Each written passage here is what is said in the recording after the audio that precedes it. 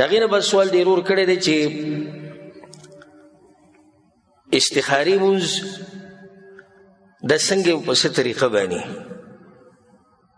د استخاري د منځه مسایل دا خو تفصیلي مسایل خو مختصر به تاسو ته بیان کو. استخاره په اصل کې په اصطلاح کې د مطلب طلب الاختیار، یعنی یو شی غوره کول.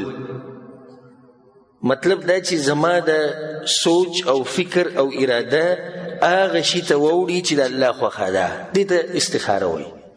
یعنی دعا غوښته چې یا الله زما د زړه یو طرف ته مطمئن کې چې ته پرې راځي. او د علماو په دې باندې اجماع ده چې د سنت طریقه ده. صحیح بخاری کې د حدیث جابر رضی کان النبي صلی الله علیه وسلم يعلمنا الاستخاره في الامور كلها كما يعلمنا السوره من القران. رسول صلی الله علیه وسلم موږ ته استخاره په هر شي کې هو. او د افسوس خبر ده چې نن سبا استخارې ډېر مسلمانان خبر هم نه دي. نن سبا به نوې طریقه راوته زموږ د ملکونو کې چلیږي، ټلیفون به وکړي پیر صاحب ته او مولوي صاحب ته زما دپاره استخاره به کې وکړه. زه هغه صحیح د مولوي صاحب ورته بیا راشه، زه بیا راشه مطلب ځان سره سره وړه استخارې غوږي چې په نهره خېټه باندې هم نه کېږي، بل سړي له استخارې کې. لکه مطلب دا چې ته ما ته ټلیفون وکړي چې زه واده کوم، ته دغه جنۍ وګورې چې ښکلې ده که نه ده، واده ته کې جنۍ په ما باندې ګورې.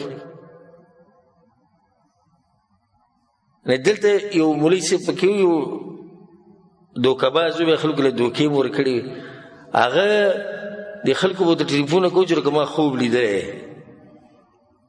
نه ده به ورته صبر ټلیفون بند کړه زه اودس وکړم نه.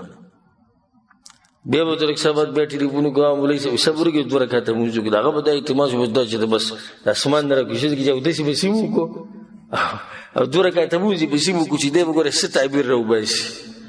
بیا چې به په زړه کې سره تلو هغه به وي، خو لږ دا سړی به مطمئن کو چې زمونږ هغه جعلي او نقلي کار نه دی چې بس تعبیر موږ بس 2 رکعته لمونځ وکړو او اودس بس یې وکړو.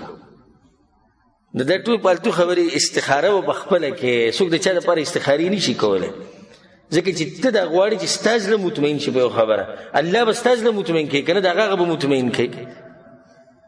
نه دا غلطه طریقه ده چې کومه رایجه ما پسې هم دی خلک راشي راته ووایي زه داسې اراده مې کړې دې کار ته که استخاره وکړم. زه چې کار ته اراده تا کړې وي استخاره ته وکړه، نو زړه بیا زما مطمئن کېږي که ستا دا به مطمئن کېږي. اوس د دې جواب راکړه.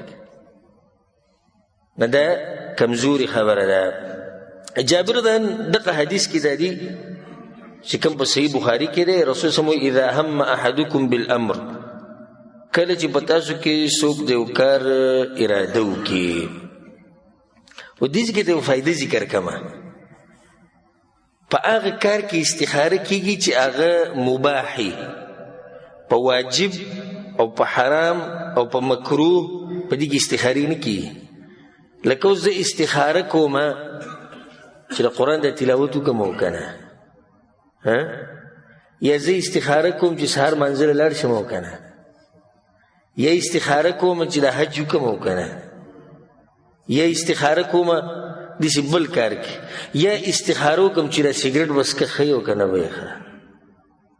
نو په حرام او په واجبو کې استخارې مباح کې کېږي، مکروه کې هم نه کېږي. مکروه مطلب چې نه کولې غوره دي، اوازې نه کولې غوره دي. داسې کېدی شي چې یو کار سنتي، یعنی نه واجب دی نه مباح دی او نه مکروه دی او نه حرام دی، خو سنت طریقه یعنی غوره طریقه ده. داسې کېدی شي چې 2 کارونه جمع شي او دواړه سنتي او ته استخاره دې دپاره وکړې چې کم یو پکې مخکې کمه، بیا صحیح ده. او په واجب کې کله نه کله استخاره کېدی شي. مثال لکه یو سړی حج له ځي او خبر شو چې په لاره باندې ډاکوان راوتي دي او دنیا حاجیانو نه مالونه واغوستو صاحب پکې مړه کړو، استخاره وکړه چې آیا دې کال له وکړم که نه را روان کال له وکړمه. دا هم کولی شي. او دا مې تاسو ته د فایدې لپاره دا خبره ذکر کړه. او زما مطلب دا نه چې ډېرو سوالونو جواب ورکړم او په دې مو خوشحالېږو. مطلب دا چې تاسو پوه شئ، بس دغه مقصد دی. والله به دې خبره باندې ګواه.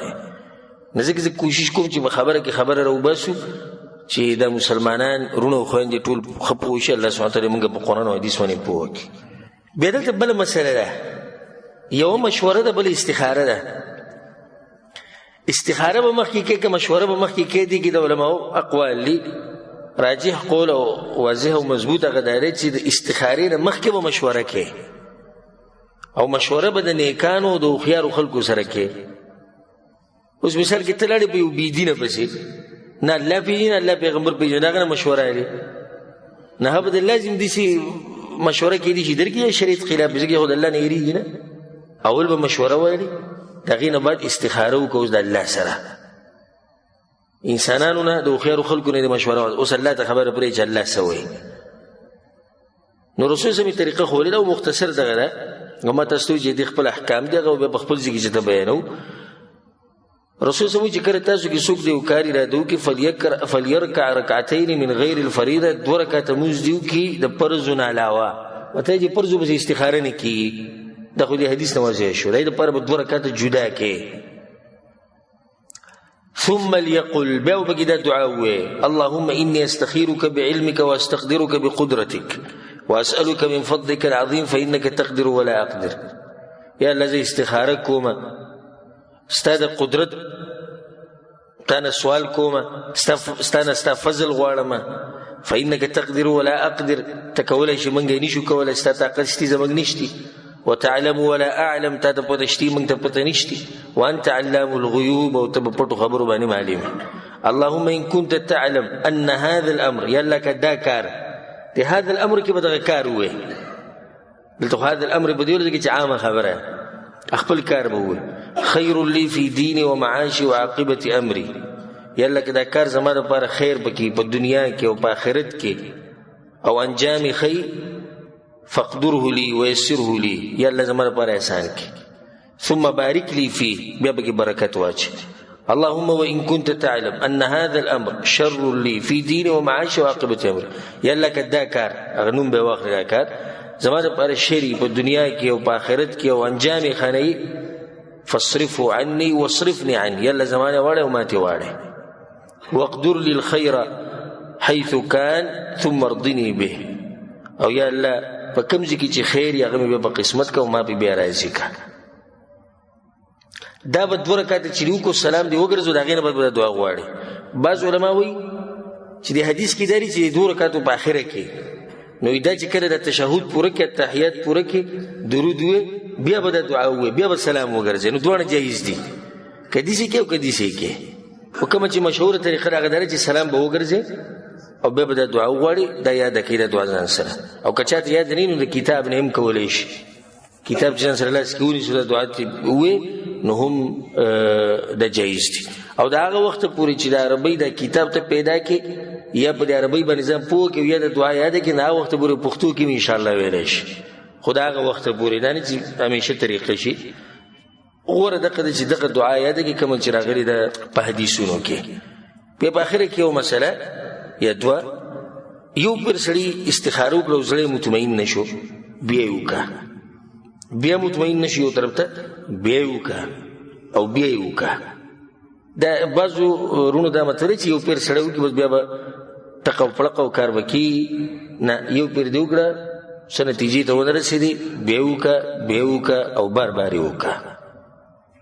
بیا اخرنۍ مسله هغه ده چې عوامو کې دا خبر مشهوره چې الله به په خوب کې څه او د دې خبرې هېڅ سند نشته بې سنده خبره کیدی شي الله د خوب کې وخی دا کیدی شي خبره کیدی شي بغیر د خوب الله ستا زړه او کار ته مطمئن کی نو هم دغه موږ غواړو چې الله ستا د زړه یو طرف ته مایله کی او ستا په زړه مطمئن شي نو انشاءالله د الله له طرف نه چې په دې کار کې به خیر نو د استخارې د منځه طریقه وه او مختصر یو څو مسلې والله اعلم.